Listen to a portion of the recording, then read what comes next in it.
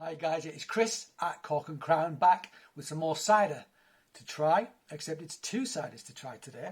And we're carrying on with the Bushel and Peck theme because I got a box of samples from David there. So I'm happily trying them. And what we've got today, well, yesterday we had a 750ml Pet Nat bottle conditioned cider. These are quite different. Don't think they're bottle conditioned. Don't think they're wild yeast. I'm sure he'll correct me if I'm wrong. But the reason why I wanted to try them side by side, they're 2 400ml. But look at the difference in colour. One is fresh and crisp, one is rich and mellow. So this one, the lighter one, this is made from culinary apples, dessert apples, cooking apples. This one, the darker one, is made from cider apples. So for starters, you can see a difference in colour to do with the tannins that you get in cider apples, which distinguish them, one of the things that distinguishes them from cooking apples and dessert apples and culinary apples. So it's the tannins that give the colour, they oxidise and give you colour. Okay, so when you're looking at a cider, if you've got something like this rather than something like this, you can probably tell whether it's been made with cider apples or dessert apples, and that'll tell you something about the flavour profile. But let's crack one open. Start with this one, the fresh and crisp one, I think, the culinary apple one. So yeah, so looking at the colour can maybe tell you something about what you're going to get when you drink it. So the ones which are lighter in colour tend to be more acid, lower tannin, so you don't get the astringency. So brighter, fresher, more acid, that kind of thing.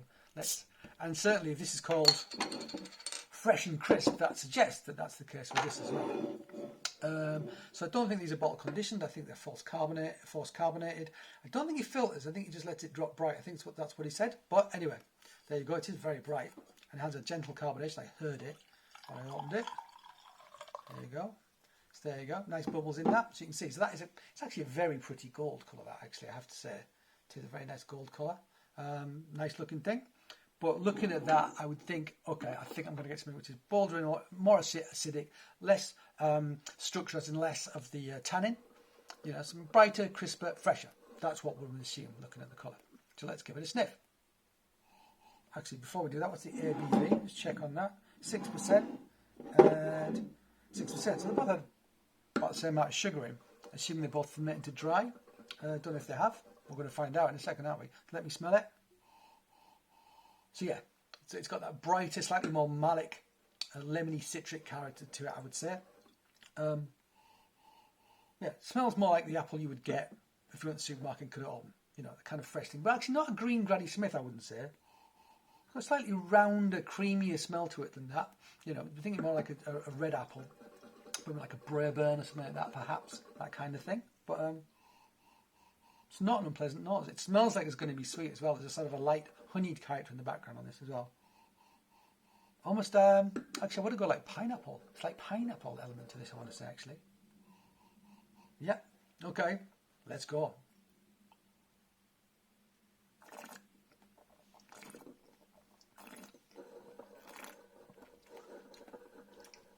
Yeah, so, low in tannin, so no astringency from soft tannins on my mouth and teeth.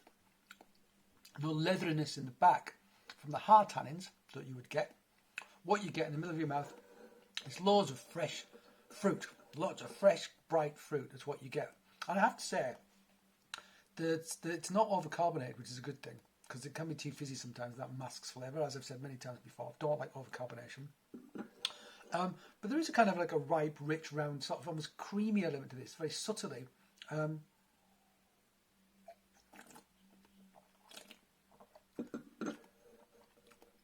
Yeah. For this style of cider, I have to say, this is one of the nicer versions I've had. There's a very delicate complexity to it. It's had a creamy round sensation I'm getting in the middle of my palate. It's actually quite pleasing. It's not too boldly acid either. There's a slight softness to it. There's sort of mouth-puckeringly acid. It doesn't have that kind of mouth-puckering malic character, which you'll get in ciders which are made really fast, you know, ferment really fast and bottled really fast, because the malic acid won't convert to lactic acid, so you'll still get that green mouth puckering sensation. This feels more gentle than that, actually. It feels slightly more lactic than malic, I have to say, on my palate, and I like that. I appreciate that.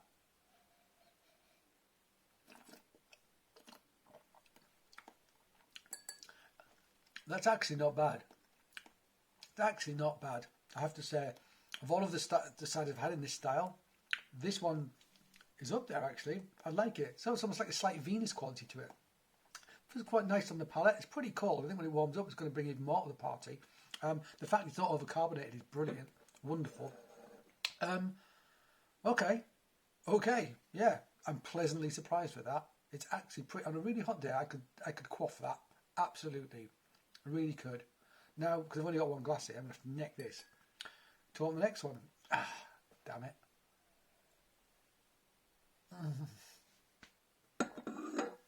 Got to stop drinking while we're at home. For those who don't know, I had shoulder surgery not very long ago. And it still caused me... I mean, it's not stopped me from drinking, but I should drink with this hand rather than this hand, really. Anyway, not a bad start, I have to say. Pleasantly surprised. I was worried I wasn't going to like that. I think one of the reasons why I don't love that East Coast style is because commercial ciders, for the most part, are made with dessert apples, culinary apples, cooking apples. That's what they're mainly made with. Fermented fast, so you don't get much development of flavour. You don't get much, the malic acid stays malic. Usually they're overcarbonated. I mean, it has to be 35% juice, so you can use concentrates and all sorts. So often the sweetness is a sickly sweet. That one actually was, I'd say, was medium, but it's lovely balance with, I didn't mention the sugar, did I? There's a bit of sweetness in it, but actually it balances really nicely with the acidity. It's a really well balanced cider, that, and I liked it. So I think I associate that style of cider with bad cider, just the way it is. And I think most people who've had cider and been put off cider, they've probably had very, very, very bad West Country scrumpy cider that's very badly made and has lots of faults. Or they've had commercial cider, drank too much of it, got a bit sick, etc. Which happens, what happened to me and most of the people I know. But let's compare it to this. So FYI, I'm expecting a delivery. So if at some point I go, I've got to go, I'm going to run off, come back and finish the film. FYI. Right, let's pour this out. Actually, it's a little bit just... Look at the colour. I have to say, for all I've just said, the colour on that comparatively is just gorgeous. You consume things with your eyes first, and I really want to consume this with my eyes and my mouth. It looks gorgeous. What a fantastic amber colour that is.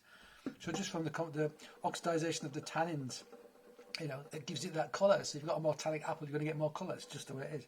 So yeah, gorgeous looking thing. Again, sensitively sort of carbonated. It wasn't that fizzy. So very much the same in terms of carbonation levels as the first one, I suspect. Let's have a smell. More delicate on the nose, this one. More delicate. But what is in there is a slightly more rich, sweet, toffee character. There's more of a brown sugar, toffee, apple character to it. It's more subtle, but it's there. Yeah, definitely. Different beast, though. What did they say it was? Rich and mellow, yeah. Comparatively speaking, and the first one was fresh and crisp. Yeah, that pretty much, describes the nose on the, delicate, but what's there is tantalising, for me anyway. Let's try it.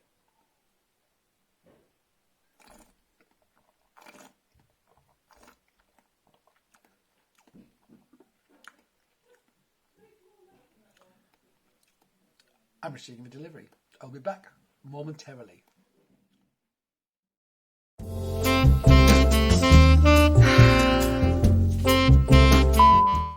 back. So we were getting a delivery of shopping, so I had to go downstairs and help unload it into the house.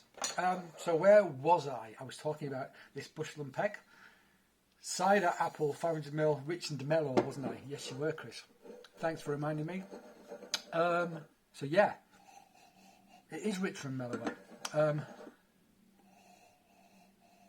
have to say, this is getting a little bit warmer. Just me going away and coming back and leaving it to sit, it's got a bit more going on in the nose. It's a bit more intense. It's a bit more forest floor. It's a bit more baked apple, I want to say, and I like it. I do like it. It's not as obvious as the nose on the first one, but what's there, I find more pleasing.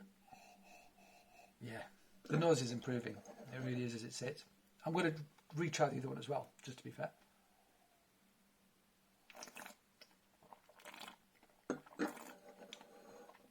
Yeah. So a little bit of astringency on the front from the tannins. That baked apple character is definitely there. Sauteed or apple sauteed in butter or something like that. Whatever you like. Not getting any hard tannins on the back, so no leatheriness on the back end. Not really. Delicate acidity, but actually it has less sugar than the first one. It doesn't need quite so much acidity. And actually with that baked apple character, the hint of acidity you've got there is almost what you get in cooked fruit, compared alongside with the sugar and the apple flavour. So yeah, it's balanced.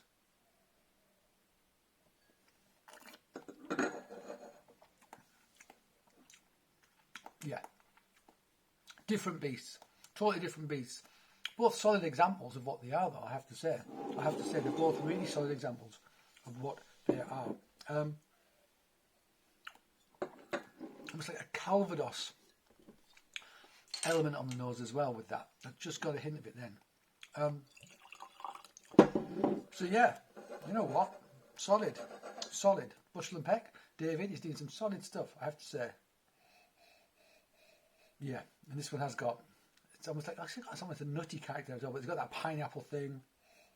So it's got that kind of fruit, but it's kind of almost got a tropical edge to it.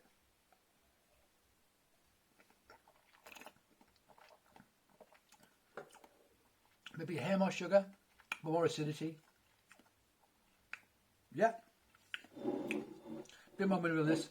Yeah, so I feel this one is more subtle, but I feel it's just a bit bigger and rounder, and to my palate it suits it better. But I have to say, if you like fresh, crisp, kind of slightly tropical flavoured sort of ciders, go for this one. If you like your sort of West Country style ciders, or your French sort of keyed ciders even, go for this one. But both of these, totally solid. And now I have to drink them both because I've opened both of them, haven't I? What a fool. All right then, as always guys, thank you for joining me. I hope you got something from that, and I hope you join me again. But until then, cheers.